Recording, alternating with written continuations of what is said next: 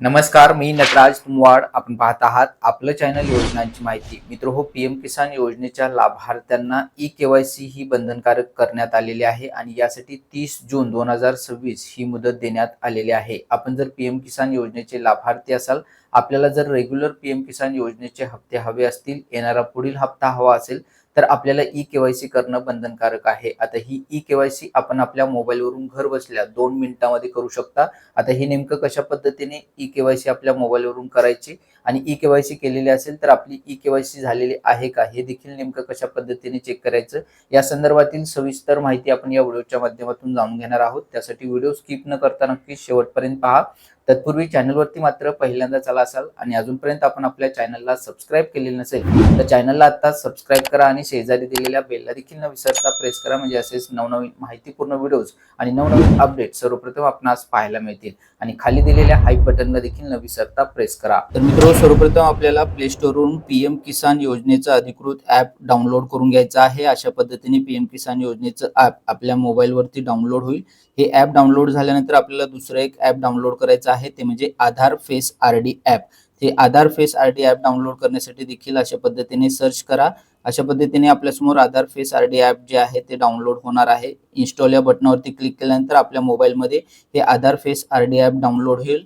हे आधार face RD app download झाल्यानंतर open होत नाही, फक्त आपल्याला डाउनलोड करून घ्यायचं आहे. पीएम किसान योजनेचं ॲप आणि आधार फेस आरडी ॲप हे दोन्ही ॲप डाउनलोड केल्यानंतर आपल्याला पीएम किसान योजनेचं ॲप जे आहे ते ओपन करून घ्यायचं आहे. पीएम किसान योजनेचं ॲप अशा पद्धतीने आपल्यासमोर ओपन होणार आहे. या ठिकाणी उजव्या साईडला नेक्स्ट ऑप्शन दिसते पहा, या ऑप्शनवरती आपल्याला क्लिक करायचं आहे. नेक्स्ट ऑप्शनवरती क्लिक केल्यानंतर अशा पद्धतीने नवीन डॅशबोर्ड ओपन होईल.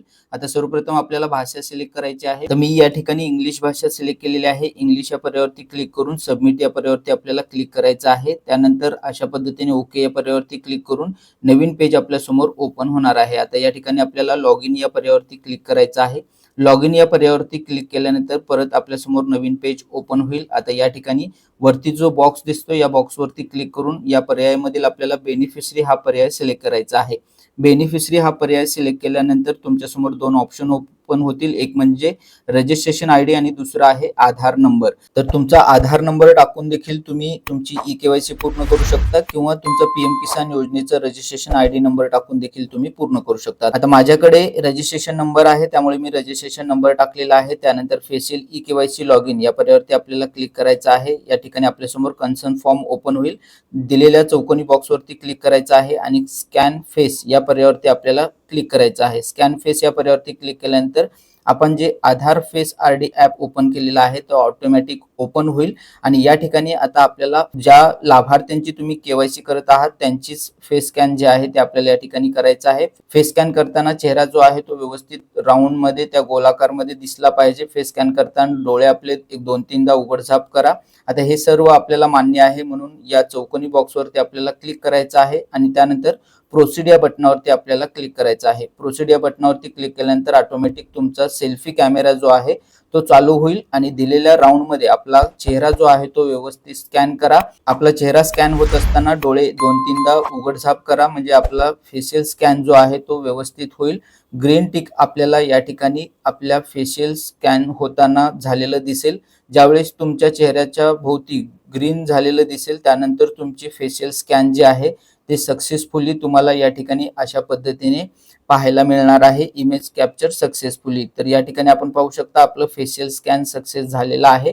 आता थोडा वेळ या ठिकाणी लोड घेऊ शकतं. बऱ्याच वेळेला वेबसाईटवरती किंवा या ॲपवरती लोड असतो, त्यामुळे लोडिंग देखील होतं, त्यामुळे थोडंसं तुम्हाला वाट पाहावी लागेल. अशा पद्धतीने नवीन पेज ओपन होईल. आता या ठिकाणी आपल्याला आपला M PIN 6 digit M PIN जो आहे तो सेट करायचा आहे. 1 2 3 4 5 6 अशा पद्धतीने तुम्ही तुमचा एम पिन जो आहे तो सबमिट करायचा आहे, सेट करायचा आहे.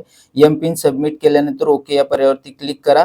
त्यानंतर अशा पद्धतीने नवीन डॅशबोर्ड तुमच्या समोर ओपन होईल. आता सर्वप्रथम आपल्याला वरती डॅशबोर्ड दिलेला आहे पहा, तर डॅशबोर्ड या पर्यायावरती तुम्ही सर्वप्रथम क्लिक करायचं आहे. डॅशबोर्ड वरती क्लिक केल्यानंतर अशा पद्धतीने तुमचं स्टेटस ओपन होणार आहे. आता या ठिकाणी सर्वप्रथम लाभार्थ्यांचं नाव, त्याचबरोबर त्यांचा मोबाईल नंबर, पीएम किसान योजनेचा रजिस्ट्रेशन आयडी नंबर आणि त्या लाभार्थ्यांचा गावचा जो ॲड्रेस आहे तो या ठिकाणी तुम्हाला पाहायला मिळेल. सिक्युरिटीसाठी काही माहिती मी ब्लर केलेली आहे. त्यानंतर स्टेटसमध्ये आपण खाली पाहू शकता लँड रेकॉर्ड सीडिंग स्टेटस जे आहे ते देखील येस आहे. त्याचबरोबर Aadhaar seeding with bank account status देखील येस आहे आणि ई केवायसी स्टेटस देखील येस आहे. म्हणजे या लाभार्थ्यांची ई केवायसी झालेली आहे. या लाभार्थ्यांना आता पीएम किसान योजनेचा लाभ मिळण्यासाठी कुठलीही अडचण येणार नाही. आता आपल्याला इतर लाभार्थ्यांची जर ई केवायसी झालेली आहे का हे जर पाहायचं असेल तर e KYC for other beneficiary या पर्यायावरती क्लिक करा. या दिलेल्या बॉक्समध्ये आपल्याला ज्या लाभार्थ्यांची केवायसी चेक करायची आहे त्या लाभार्थ्यांचा आधार नंबर टाकायचा आहे आणि त्यानंतर सर्च ऑप्शन वरती क्लिक करायचं आहे. सर्च ऑप्शन वरती क्लिक केल्यानंतर आपण या ठिकाणी पाहू शकता आपल्याला पॉपअप मेसेज पाहायला मिळेल, ई केवायसी ऑलरेडी डन. तर अशा पद्धतीने ज्या लाभार्थ्यांची ई केवायसी पूर्ण झालेली आहे त्या लाभार्थ्यांची ई केवायसी ऑलरेडी डन आपल्याला या ठिकाणी दाखवली जाईल आणि ज्या लाभार्थ्यांची ई केवायसी झालेली नाही त्या लाभार्थ्यांची ई केवायसी आपल्याला मी सांगितल्याप्रमाणे पूर्ण करून घ्यायची आहे. ही माहिती आपणास उपयुक्त वाटल्यास नक्की लाईक करा आणि आपल्या इतर शेतकरी मित्रांपर्यंत, माता भगिनींपर्यंत हा व्हिडिओ जास्तीत जास्त त्यांच्या व्हॉट्सअपवरती आणि आपल्याकडील व्हॉट्सअप ग्रुपवरती पाठवायला नक्की विसरू नका. या संदर्भात आपले आणखी काही प्रश्न असतील, शंका असतील कमेंट बॉक्समध्ये कळवायला विसरू नका. अशाच नवनवीन माहितीपूर्ण व्हिडिओसाठी चॅनलला अजूनपर्यंत सबस्क्राईब केले नसेल तर चॅनलला आता सबस्क्राईब करा आणि शेजारी दिलेल्या बेलला देखील न विसरता प्रेस करा. भेटूयात नवीन माहितीसह, नवीन अपडेटसह. धन्यवाद.